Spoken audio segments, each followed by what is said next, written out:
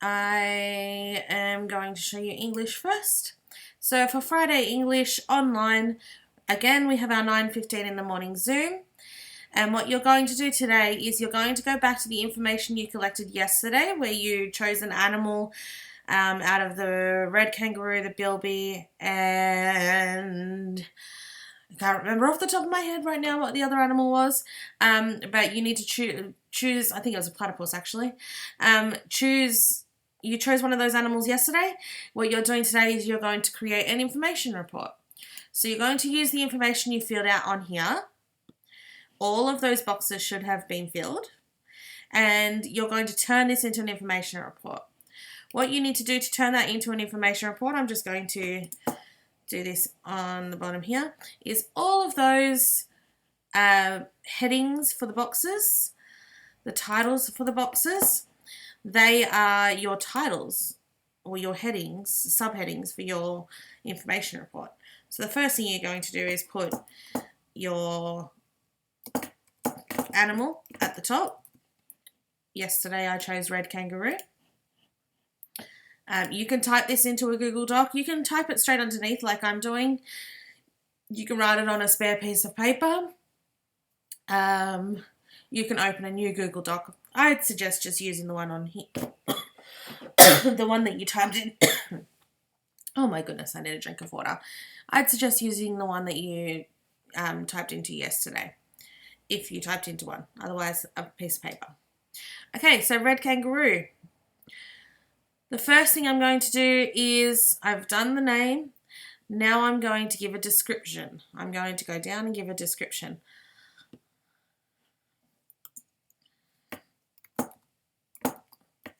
Red kangaroo. Oops. I forgot to write description. Now, when there's subheadings for your information report, usually you put them over to the side. Usually your red kangaroo part is a little bit bigger and this one's a little bit smaller. You might even underline it just to make sure it's a subheading. So this is our main heading, that it's a red kangaroo, and then all of our subheadings are going to be slightly smaller with an underline. So description. I don't have my information on me at the moment, but I'm going to start typing. What on earth is happening to my computer? It's just refreshed. Okay.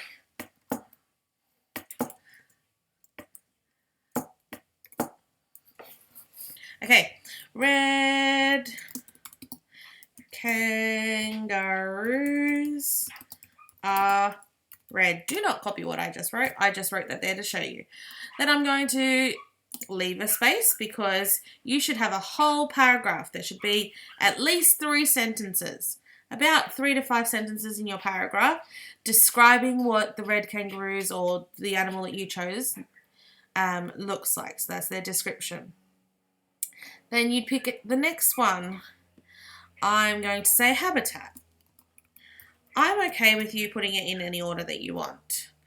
I would like the description to be first because I'd like to know what they look like. I think habitat or diet should go next, and either of these two can go in any order at the end.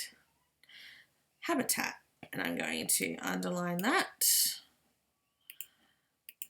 And then I'm going to write my 3 sentences.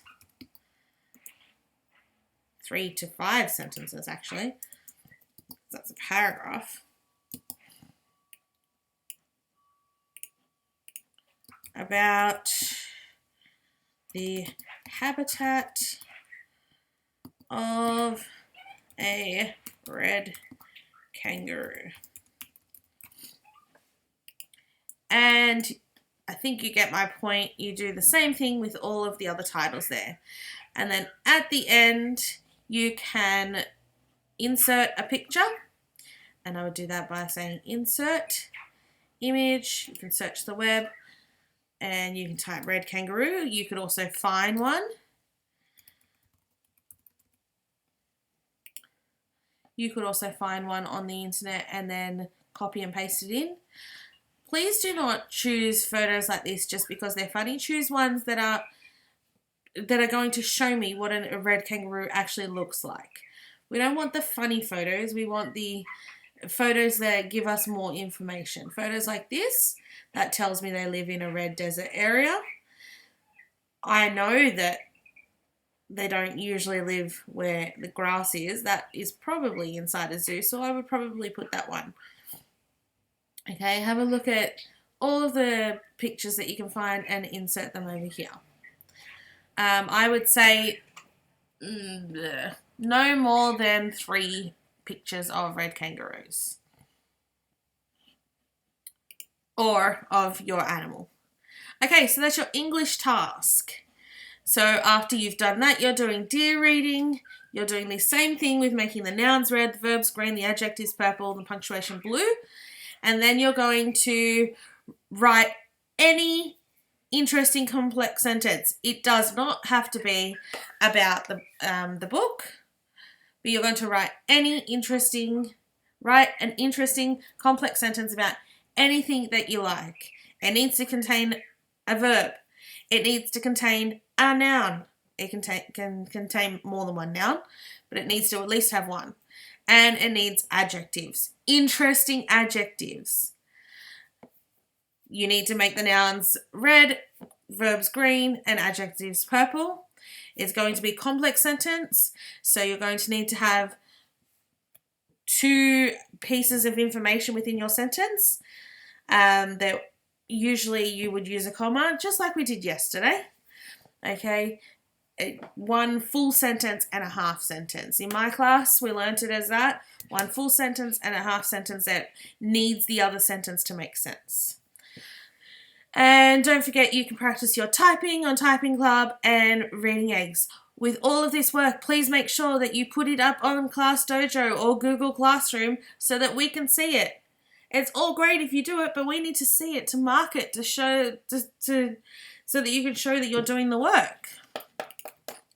Alright, Friday maths measuring. You can do lots of activities in the kitchen, things like weighing, measuring the volume of things, changing the temperature of things, cooking, freezing, cutting foods into different shapes.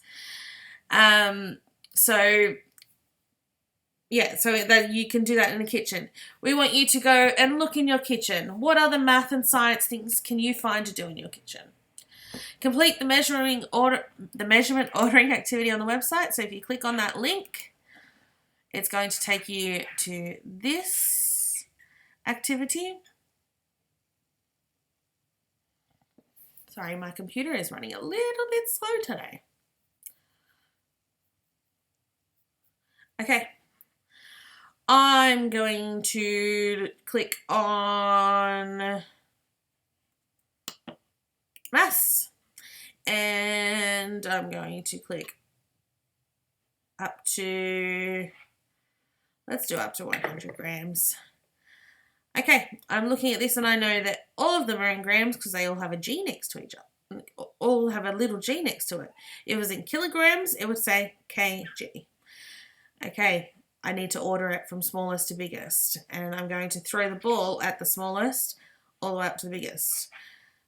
I can tell that 38 grams is the smallest out of all of that, so I'm going to throw the ball at that one. Then 45, 54, 69, 71. All I was doing was putting my mouse over the top and then clicking it, and the ball would be thrown at the coconut. I'm going to check that. Done. And I got it correct. And it gives me some more. If you're finding them easy, go back out and go up higher and higher and higher. You could go to grams and kilograms. Okay, this gets a bit more tricky. If you understand this, great. If you need to have a bit of an understanding of decimals.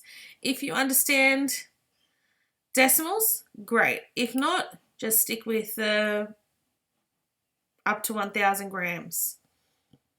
Okay. That is the Friday activity. With your parents' help, with your parents' help and permission, find a recipe that you can help them to make. Write down the details of all the math and science things you do. So first you measured half a cup of flour. Second, you weighed 30 grams of sultanas. Next, what did you do? Then what did you do after it? Okay, all of the math and science things you do when you're helping your parents make that recipe, whether it's your mum, your dad, or someone else that you live with, when you're making that recipe, please do not walk into the kitchen and decide to make your own thing without the help or supervision of your parents. They need to know and help you. Okay, that's your Friday activities. Have a great day of learning, everyone. Remember, we're all online. See you at 9:15 this morning.